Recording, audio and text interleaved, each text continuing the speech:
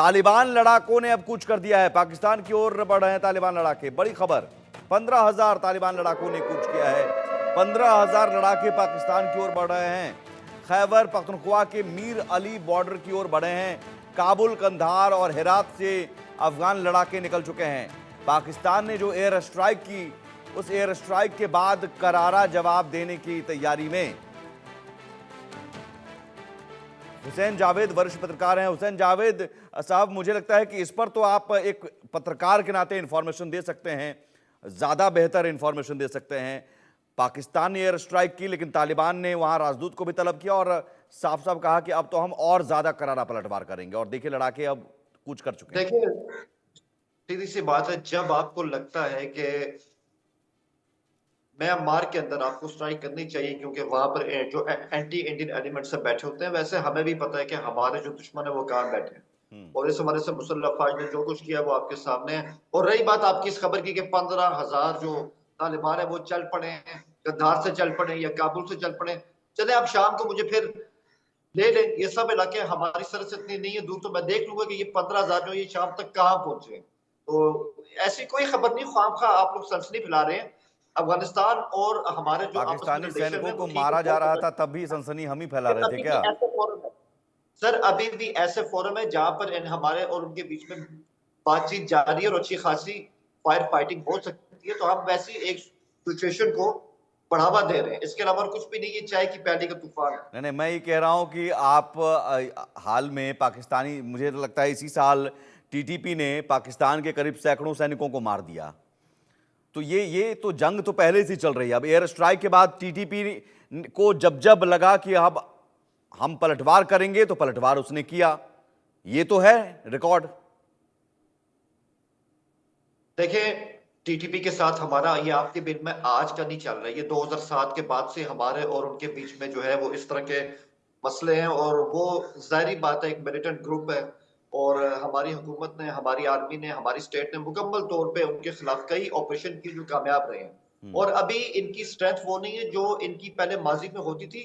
और बहुत जबरदस्त अंदाज से हमारी आर्मी इनके खात्मे के लिए लगी और मुझे उम्मीद है कि वो वक्त दूर नहीं है जब हम इस प्रॉब्लम से दूर हो जाएंगे, इससे बिल्कुल नहीं, सेफ हो प्रॉब्लम जाएंगे। से तो दूर हमारे नहीं होंगे। हुसैन जावेद साहब, जरा इतिहास पढ़ी, इतिहास खंगालिए जरा।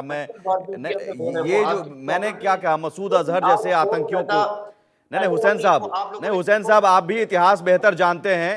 ये जो है ना तालिबान, ये तालिबान कहां से निकला है? पाकिस्तान के मदरसों से निकला है ना? नहीं हुसैन साहब, एक सेकंड सुनिए। फैक्ट पर आइए ना, फैक्ट पर आइए। देखिए हुसैन साहब, फैक्ट पर आइए। हुसैन जावेद फैक्ट पर आइए। देखिए, मैं आपसे कह रहा हूं कि मसूद अजहर को पालिए, हाफिज सईद को पालिए, उसामा बिन लादेन को पालिए, तालिबान को भी आपने पाला। आपके ये पाले हुए सांप आपको डस रहे हैं। तालिबान को किसने पाला? तालिबान आपके सामने 1994 से वो सामने है और अफगानिस्तान के स्पेक्ट्रम पे सामने है। और अफगानिस्तान में उस टाइम जो बुरहानुद्दीन रब्बानी की हुकूमत थी या हिकमत यार थे या उसमें नॉर्दर्न लाइट्स था, उन्होंने उसको पसपा किया, अफगानिस्तान को उन्होंने टेक ओवर कर लिया और हमारे साथ उनके ताल्लुकात हो गए। तो ये ताल्लुकात हमारे उनके 90 से कायम है और मुकम्मल तौर पर वो अफगानी है। नहीं, अगर पैदा हम ये कैसे समझ हुआ? लें मैं कह रहा हूं पैदा कैसे हुआ? तालिबान तो पाकिस्तान के मदरसों से निकला ना, उत्तरी पाकिस्तान के मदरसों से निकला, मदरसों से पहले निकला।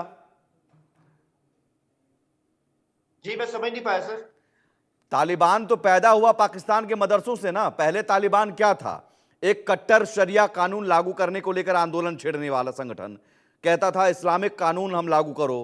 तो ये पाकिस्तान, उत्तरी पाकिस्तान, जहां पश्तो भाषा बोली जाती है, मुझे लगता है इससे बेहतर जानकारी आपको होगी कि वहां पर उत्तरी पाकिस्तान के मदरसों से ये संगठन निकला है और आपने उसे पाला पोसा। अमेरिका जब आया था, अमेरिकी सेना आई थी तालिबान के खिलाफ वहां जंग लड़ने, तो आपने उनकी मदद की थी।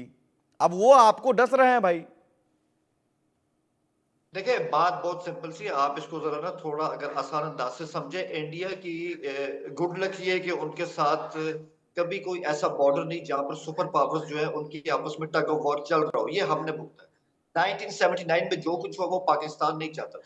2001 में जो कुछ हुआ पाकिस्तान वो नहीं चाहता था। तो हमारे ऊपर इस तरह की सिचुएशन आई है, हमें फेस करना पड़ा है क्योंकि हम भाग नहीं सकते। तो जब आप ऐसी टग ऑफ वार का हिस्सा बनते हैं, जहाँ सुपर पावर्स इन्वॉल्व होते हैं, उनकी प्रॉक्सी वार होती है, उसका असर आपके समाज पे पड़ता है, उसका असर आपके बॉर्डर्स पे पड़ता है।